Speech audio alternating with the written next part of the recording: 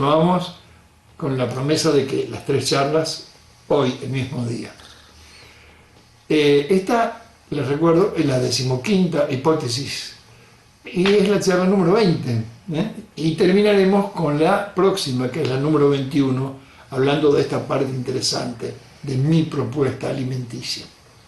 Le vuelvo a decir a las personas que entraron por primera vez aquí, ahora, no sirve esto si que pretenden hacer esto como una dieta. No sirve. Les pido por favor que si quieren hacer las cosas bien, se tomen su tiempo y empiecen a leer desde la primera charla. O sea, lean, no, si no escuchen, perdón. Escuchen a partir de la primera charla. O sea, son 19 charlas, pero son entretenidas. La gente me cuenta o me comenta que son entretenidas, así que no se van a aburrir. Bueno, en esta segunda parte de mi propuesta, enumeraremos los alimentos y las bebidas que pertenecen a cada etapa. Antes que nada, les aclaro que lo que van a leer ahora es exactamente lo mismo que es la manera de comer que les indico a mis pacientes diabéticos, a los que tienen el colesterol muy alto, o a los que tienen el HDL, colesterol muy bajo, o muy alto su ácido úrico, aunque no estén gordos o aunque sean delgados, muy magros. Les hago una aclaración muy importante. El libro en que se basa este trabajo fue escrito y destinado originalmente a los habitantes de la Argentina. Es por eso que ha de leer, ha de escuchar. Le digo leer porque después ya les explico, va a haber una lectura para que usted imprima.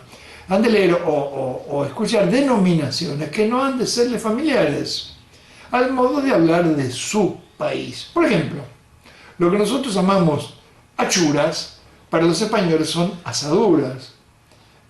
Nuestros duraznos, para la inmensa mayoría de los países latinoamericanos, y creo que también para España, son melocotones.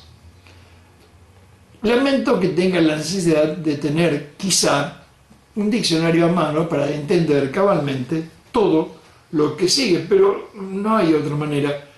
Les aconsejo que lo hagan entonces. En internet, usted lo sabe bien, hay varios diccionarios y muy buenos. No se me ocurre otro método. No trate de retener en su memoria todo lo que va a escuchar ahora. Tan solo trate de comprenderlo. Al terminar esta charla, le dejaré un link en donde encontrará un listado de lo permitido para que pueda imprimirlo y tenerlo siempre con usted. Entonces, como decíamos en la charla de reciente, hace un ratito, que usted seguramente vio hace un rato, hablaremos ahora de los alimentos y bebidas del tipo 1. Como prácticamente carecen de glúcidos, carbohidratos, pueden ser consumidos sin límites. Me refiero a todos los productos de origen animal, de cualquier animal, inclusive los que vienen enlatados, en conserva o en salsa, como por ejemplo el atún o los mariscos. Al fin, la salsa que pueden contener es muy pobre y el aceite no contiene carbohidratos, no contiene azúcares. También pueden consumirse hamburguesas de cualquier tipo de carne de vaca, pollo, pavo, etc., siempre y cuando no estén adicionadas con harinas. Y cualquier tipo de achuras o de asaduras, como dicen los españoles. Obviamente, los huevos son de este tipo de alimentos, o sea, del tipo 1, e incluyen a los de cualquier ave o pez. Debe exceptuarse a la leche y a algunos de los alimentos que a partir de ella se elaboran y que luego analizaremos mejor cuando hablemos de los otros dos tipos, y a algunas manufacturas de origen cárneo que se explicitarán al tratar los alimentos de tipo 3. Los quesos también pertenecen al tipo 1. Aparte de aclarar que son una importantísima fuente de proteínas, los portadores de gordura deciden, o se les recomienda, consumirlos de masa blanda. Los quesos se clasifican en los de masa blanda, semidura y dura, según las características que le dan los periodos de estacionamiento a los que son sometidos después de su fabricación y antes de su venta. Los blandos son quesos que tienen una gran cantidad de carbohidratos en su composición, salvo algunas excepciones muy especiales, como por ejemplo el queso Camembert, que es blando, pero que se puede comer, son excepciones. Para su elaboración de los blandos y para la venta no se requiere más que 2 o 3 días de añejamiento. Es por eso que son más baratos. Pero en tan breve tiempo el azúcar que contienen, la lactosa, no puede ser transformada totalmente en ácido láctico, por lo que debe consumir, que ya el ácido láctico ya no es carbohidrato, por lo que debe consumirse salvo en ocasiones muy especiales. Los de masa semidura o dura no contienen lactosa, por lo que su consumo ha de ser irrestricto. Los alimentos pertenecientes al reino vegetal también pueden ser consumidos libremente, salvo algunos que veremos un poco más adelante.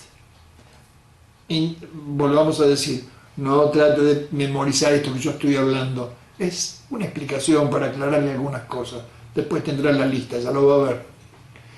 Los de consumo ilimitado, los vegetales de consumo ilimitado, incluyen a casi todos los vegetales frescos, envasados, congelados o encurtidos, como los picles y las aceitunas, y a las legumbres frescas, desecadas o envasadas, las habas, los porotos, las arvejas, los garbanzos, las lentejas y los porotos de soja contienen carbohidratos que son inabsorbibles para los humanos. Ese es el motivo de no poner límite a su ingesta. Las frutas secas, como por ejemplo las nueces, almendras, castañas, avellanas, pistaquios y las oleaginosas como las semillas de girasol, las pipas y los maníes, contienen, como las legumbres, glúcidos no absorbibles por los humanos, por lo que no ha de haber límite en su consumo. Los hongos secos o los champiñones no aportan casi ningún carbohidrato, por lo que no deben ser limitados. Pueden prepararse con eso, usted lo sabe muy bien, exquisitos platos y delicados platos. Los palmitos también son de consumo irrestricto, lo mismo que los brotes de soja, bambú y alfalfa, y todas las verduras de hoja, y la cebolla y el ajo puerro, y la cebolla de verdeo, el apio, el hinojo, el rabanito, el pepino, las chauchas, los espárragos y los alcauciles. Yo sé que en todos los países, por eso la recomendación al principio de que esto está hecho para los argentinos, porque originalmente era un libro de circulación local. Nadie pensaba que iba una vez a estar en YouTube para que se difundiera en todo el mundo. Así que le pido perdón y recuerden, tengan un diccionario a mano. Con respecto al germen de trigo y a la levadura de cerveza, aunque creo que las propiedades que se le adjudican son irrelevantes, también pueden ser consumidos en la dosis habitual que usted acostumbre si es que lo hace. Las bebidas que no contienen hidratos de carbono son obviamente el agua y la soda, y todas las infusiones que con agua se preparen, como el café, el té, el mate, cocido o en bombilla, como acostumbramos los de América del Sur, bien del sur, los uruguayos, los paraguayos, los brasileros del sur y los argentinos. Eso se puede consumir sin ningún tipo de límite. Y las tisanas, no recomiendo utilizar cotidianamente cafés instantáneos. Si se los consume en gran cantidad y con gran frecuencia, hemos advertido que contiene la suficiente cantidad de glúcidos absorbibles como para entorpecer el proceso de adelgazamiento. Tampoco contienen azúcares las bebidas alcohólicas destiladas, como el whisky, el coñac, el vodka, el brandy, la ginebra, el pisco, el tequila, el yaque, etc. Las bebidas fermentadas, como los vinos, la sidra, el champán y las cervezas, contienen una importante cantidad de azúcares igual que los licores, cosa que los hace consumibles tan solo eventualmente. Siempre se ha dicho que la cerveza es pan líquido, y estoy de acuerdo con esa opinión. Existen en el mercado bebidas gaseosas edulcoradas artificialmente, que también pueden ser consumidas sin límites. Las hay con gusto a nuez de cola y varias con gusto a lima limón, que están embotelladas con el rótulo de light o diet, o algunos otros sinónimos que le dan la idea de ser inocuas para una persona que está adelgazando. Las con gustos frutales, no lima limón, las hemos experimentado, pero el resultado es que entorpecen el proceso de adelgazamiento, por lo que no las recomiendo, salvo eventualmente. Para hacer las cosas más fáciles, de todas las bebidas que se consideren dietéticas, gaseosas me refiero, solo consuma las de color negro o las transparentes, ya que las que tienen aspecto turbio están adicionadas casualmente con enturbiantes artificiales, y las veces que las experimentamos, las cetonas desaparecieron de la orina de los que las consumieron, porque realmente entonces no sé el motivo, pero es probable que los enturbiantes han de tener algún tipo de carbohidrato. Los jugos concentrados, líquidos o en polvo, aunque sean denominados diet, light o free, también deben ser consumidos ocasionalmente. El jugo de limón también es bebida del tipo 1, aunque siempre recomiendo no beber más de 1 por día de esos limones, o su equivalente en jugo puro embotellado. Es muy útil para aderezar comidas o para preparar refrescos. Los condimentos, como la pimienta, el pimentón, el ají molido, el azafrán, la canela, el comino, etc., y aderezos de cualquier tipo pueden ser cómodamente incluidos en la categoría de alimentos del tipo 1, aunque en sus marquillas figura que contienen almidones o azúcares. Las mayonesas y las salsas de mostaza son un buen ejemplo. En este rubro hay varias marcas que tratan de captar la atención del consumidor con los famosos rótulos diet o light. Realmente me parece impropio, ya que cualquier mayonesa o mostaza elaboradas pueden consumirse, aunque en su composición figure que contiene féculas o azúcar. Al fin, nadie ha de comer a cucharadas un kilogramo de ellas, un kilogramo de... ¿Se imaginan alguien comiendo a cucharadas un kilogramo de mayonesa? Eso es imposible. Se argumenta que los que son supuestamente dietéticos lo son porque se les ha cambiado una buena parte del aceite que normalmente los compone y tiene 9 calorías por gramo, por almidones que tiene 4 calorías por gramo. Eso es, como ya lo hemos visto, simplemente un artilugio. Los extractos artificiales, como el de vainilla, que se utiliza, por ejemplo, para aromatizar la crema chantilly, puede ser utilizado sin problemas. También pueden usarse el cacao amargo en polvo, tal como se vende en los comercios dedicados a la repostería, y lo mismo digo para los colorantes artificiales.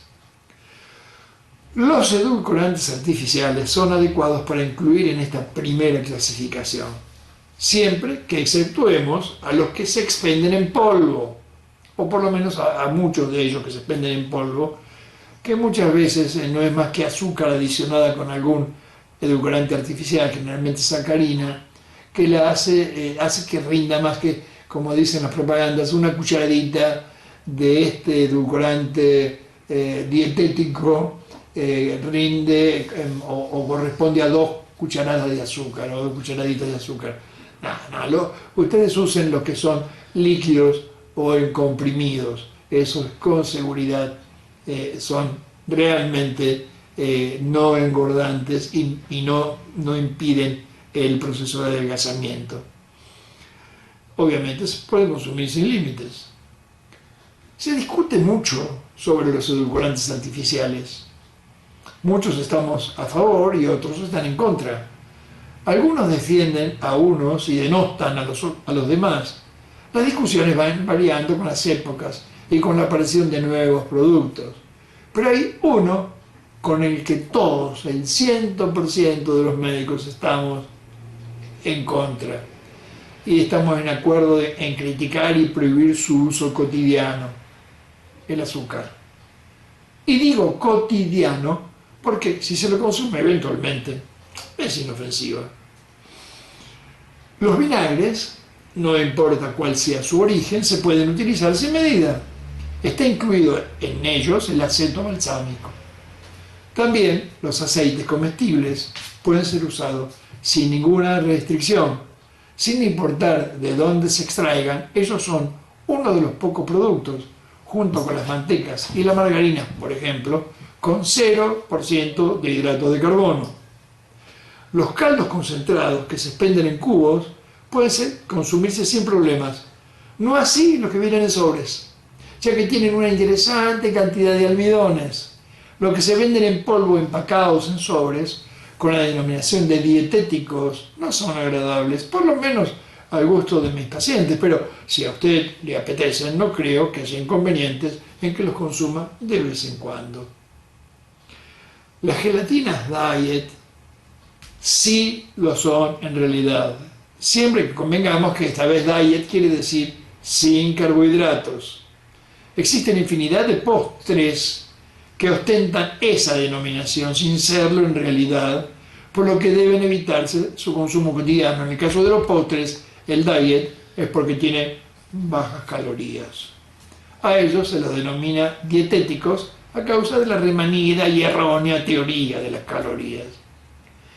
Las gomas de mascar, diet o light, pueden ser consumidas sin restricciones, no así los caramelos o pastillas con esa denominación, o aquellos rotulados free.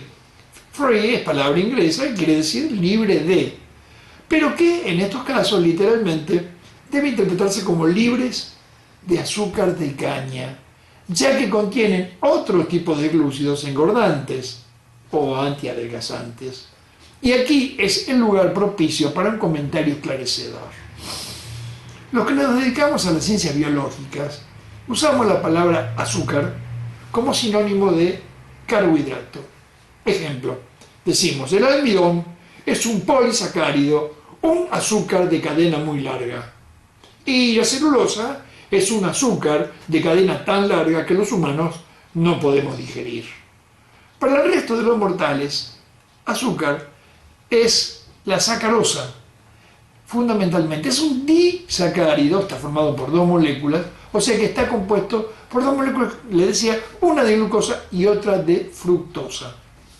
El pensar de esa manera los hace caer en la trampa. Este caramelo es dietético porque no está hecho con azúcar, es free.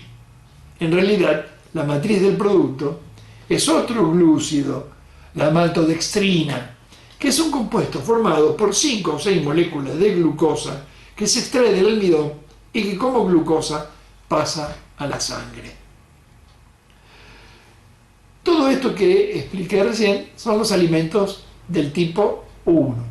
Ahora veamos cuáles son los alimentos del tipo 2. No pueden incluirse en este rubro a ninguno de los del reino animal. Ellos son del tipo 1 o del tipo 3. Exceptuando a la crema de leche.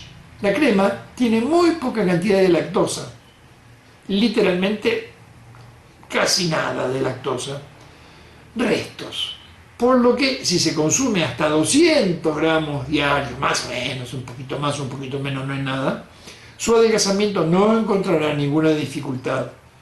Reemplaza perfectamente a la leche en las infusiones. Hay cremas que son muy líquidas, entonces ellas son las que se pueden echar al té, al café o al mate para darle gusto lácteo y el color que uno tiene culturalmente puesto en su mente, ¿no? Y la reemplaza, le da el gusto lácteo. Está muy bueno usar esas cremas. Y las que son más espesas, para usarla con edulcorante artificial, como si fuese crema chantilly, sin necesidad de andar batiéndola. También se puede fabricar salsas con esas cremas, ¿eh? Usted sabe bien, se pueden fabricar salsas muy ricas. Si alguna vez sobrepasa esa medida de 200 gramos, bueno, no habrá ningún problema. Los del reino vegetal del tipo 2 incluyen el arroz pulido, que debe ser bien lavado, remojado un rato y vuelto a lavar antes de cocinar. Esto es para quitarle una gran porción de almidón que lo componen, tal como lo hacen los orientales. De ellos lo aprendí, me lo enseñaron los orientales.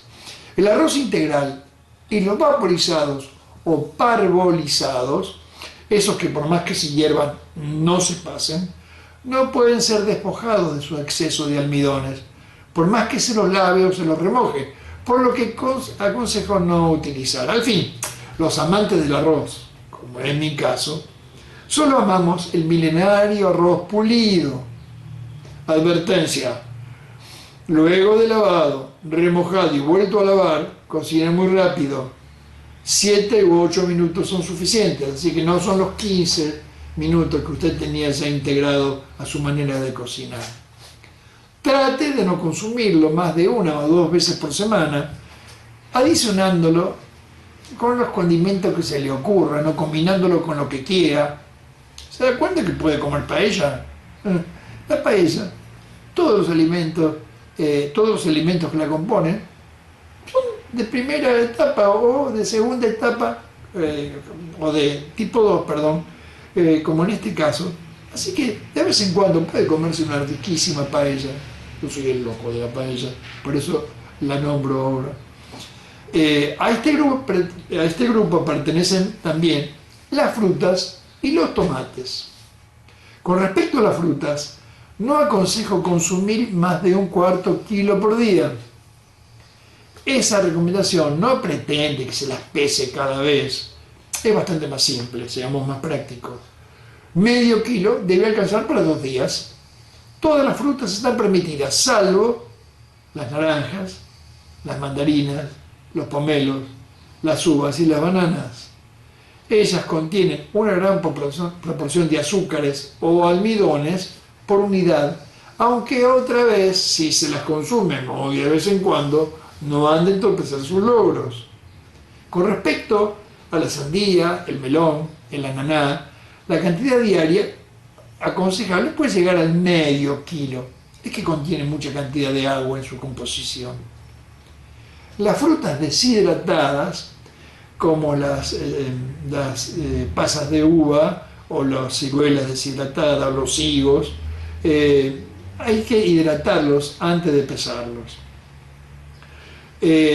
Una vez que las hidrató, las pesa, cuenta cuántas entran en medio kilo hidratadas, para que después pueda comer la misma cantidad sin necesidad de hidratarlas, que son tan ricas. Existen en el mercado frutas envasadas, inmersas en una especie de pseudo almíbar, agua y edulcorante artificial, pero según tengo entendido, por ejemplo los duraznos o los melocotones, que vienen en latas al natural de bajas calorías, primero se hierven en agua con azúcar y después se los escurre y se los mete para conservarlos en agua con edulcorantes. Trate en lo posible de no usarlos, coma fruta fresca, aparte aprovecha más las vitaminas. Los tomates también pueden ser consumidos, respetando la porción de 250 gramos más o menos diarios como máximo. Pueden usarse frescos o envasados. Estos últimos son los utilizados para elaborar salsas, por ejemplo. A los frescos puede dársele el uso que se desee. Si quiere, por ejemplo, rellenarlos, aparte del atún, puede utilizar picadillo de carne, paté de foie, jamón del diablo, corned beef. Estos últimos vienen adicionados con bastante cantidad de almidones, pero como las porciones de cada uno suelen ser muy escasas, no creo conveniente ponerle un límite. Es lícito 1/4 kilo de frutas y 1/4 kilo de tomates el mismo día. El maíz, en forma de choclo, pisado o molido, tiene una gran proporción de almidones, por lo que debe ser consumido muy eventualmente. El pan rallado Si se utiliza modestamente y solo para rebosar, no debe ser obviado, pero no cotidianamente. Quiero decir, solo 2 o 3 veces por semana. Ahora hablaremos de los alimentos más ricos, los alimentos del tipo 3. Esos son las harinas de cualquier cereal, el azúcar, o sea, la sacarosa, los dulces y la miel. Loa se ha encantado a la miel, pero casi todo lo que se dice de ella es falso. Y lo que es cierto es intrascendente. Da energías, sí, pero no más que una porción equivalente de azúcar o de harinas. Tiene vitaminas, es cierto, pero no más que una porción equivalente de frutas o de aceitunas, por ejemplo. Aporta minerales, también es verdad, pero todos los productos naturales los aportan. Es muy sabrosa, es cierto. Es mágica, son mentiras. No es mágica. Eso es pensamiento mágico. No es más que, la miel no es más que jarabe de glucosa. Y como es glucosa, en lo que se transforman todos los hidratos de carbono que consumimos, la miel, que directamente lo es, ni siquiera necesita del tiempo y el gasto químico necesario para la transformación. Pasa a la sangre aún más velozmente que el azúcar común. Algunos vegetales como las papas, batatas, zapallos, calabazas, remolachas y mandioca contienen tanta proporción de hidratos de carbono que debe ser consumido muy espaciadamente. Ya hablaremos más adelante de esto. La leche y los yogures también son alimentos de tipo 3. También se elogia a la leche por sus supuestas virtudes, pero esta es otra exageración producto del mercado de consumo. No tiene más calcio que el huevo y mucho menos que los quesos, ni más vitaminas que los vegetales, pero tiene una cantidad de azúcar llamada lactosa que hace que si se consume en cantidades suficientes no se engorde o nos impida adelgazar. Y por el mismo motivo que nuestros intestinos se llenen de gases en forma de espuma compacta parecida a la espuma de la cerveza y nos produzca diarrea. Somos mamíferos. Aparentemente la leche ha de ser uno de nuestros alimentos básicos, pero eso solo sucede en nuestros primeros meses o quizá un par o 2 o 3 años de vida. Que elaboran los bebés, elaboran en su intestino una enorme cantidad de un elemento químico que se llama lactasa, una enzima, que tiene como función transformar la lactosa, el azúcar de la leche, en glucosa, y para que así penetren en el cuerpo. A medida que vamos creciendo, la cantidad de lactasa que elaboramos va disminuyendo, por lo que la digestión de la lactosa cada vez se hace más difícil, y al no ser absorbida en nuestro intestino delgado, en su totalidad llega al grueso, y allí se produce esa fermentación tan molesta, porque el intestino grueso, el colon, está lleno de bacterias que reciben un postre cuando la lactosa llega allí. No es para nada normal, por otro lado, que un mamífero adulto tome leche. Al fin, el ser humano es el único, o somos los únicos, que lo hacemos. Y recuerde, somos los únicos mamíferos de la creación que se la robamos a otros mamíferos. El hecho de que uno tome leche todos los días se ha considerado como una cosa normal, pero tomar leche simplemente es usual y no es correcto normalizar lo que tan solo es usual. Muchos médicos, especialmente los ginecólogos, recomiendan a sus pacientes que rondan la menopausia consumir leche en abundancia con el objeto de evitar o retardar la aparición de la tan temida osteoporosis. No estoy de acuerdo con esas recomendaciones. Primero, porque según hemos visto, sus efectos indeseables son más importantes que sus supuestas virtudes terapéuticas. Segundo, porque existen muchos otros productos no tan ofensivos que tienen una mayor cantidad de calcio en su composición. Es más, menos el agua y la sal, prácticamente todo lo que ingerimos contiene calcio. Al fin del día, una persona que se alimente bien o medianamente bien, aunque no pruebe ni gota de leche o yogur, ha consumido tanto calcio que su organismo no lo puede absorber en su totalidad.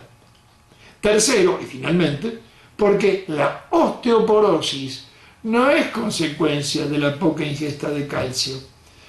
Tan solo una de cada 4 o de 5 mujeres, hay diferencias en las estadísticas, desarrollan esa patología y la destinada a padecerla no puede remediarlo suplementando su dieta con excesos de estos productos. El metabolismo óseo es extremadamente complejo, pero gracias a Dios los farmacólogos han ideado compuestos que resuelven el problema de la osteoporosis. Su médico le explicará todo sobre el tema. Y les cuento una paradoja.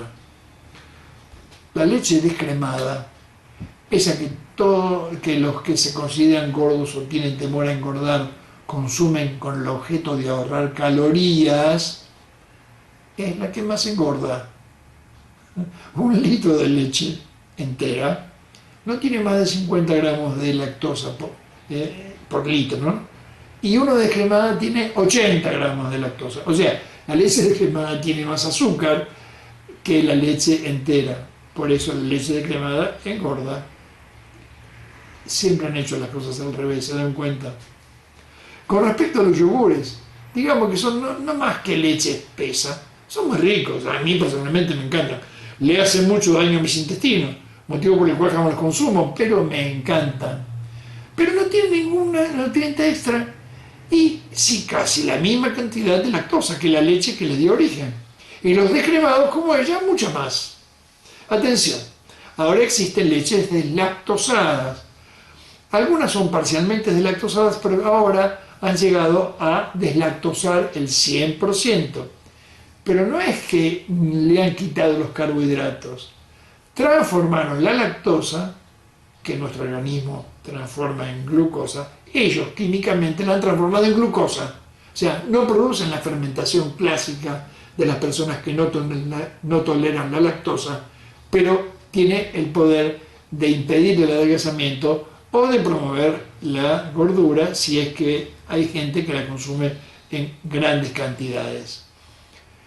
Existen embutidos que son exquisitos, por lo menos para mi gusto, y el de mis pacientes, como por ejemplo la mortadela, el salchichón, las salchichas de Viena y similares, el salame de Milán, o sea, el salame picado fino, y las morcillas. Debes saber que contienen almidones, algunos más del 50%, algunos tienen más del 50%, por eso son baratos, son económicos, porque tienen mucha cantidad de almidones. Por lo que han de consumirse muy de vez en cuando, digamos, cuando el evento sea imposible de sortear. Usted me entiende, ¿no? Obviamente, ya lo comentamos, aquí están incluidas las bebidas alcohólicas fermentadas, como el vino, el champán, la sidra y la cerveza, pero, como se dijo al referirnos a las bebidas destiladas, el límite lo ha de poner su conciencia. Hoy, se ha puesto en pantalla la tercera parte de esta larga charla sobre mi propuesta alimentaria. Escúchela ya mismo, está aquí debajo. Y si le ha gustado esta entrega, denle un like y no olvide de suscribirse porque, ojo, que todavía vienen temas muy interesantes. Le aseguro que le van a interesar mucho. Bueno, hasta dentro de un ratito.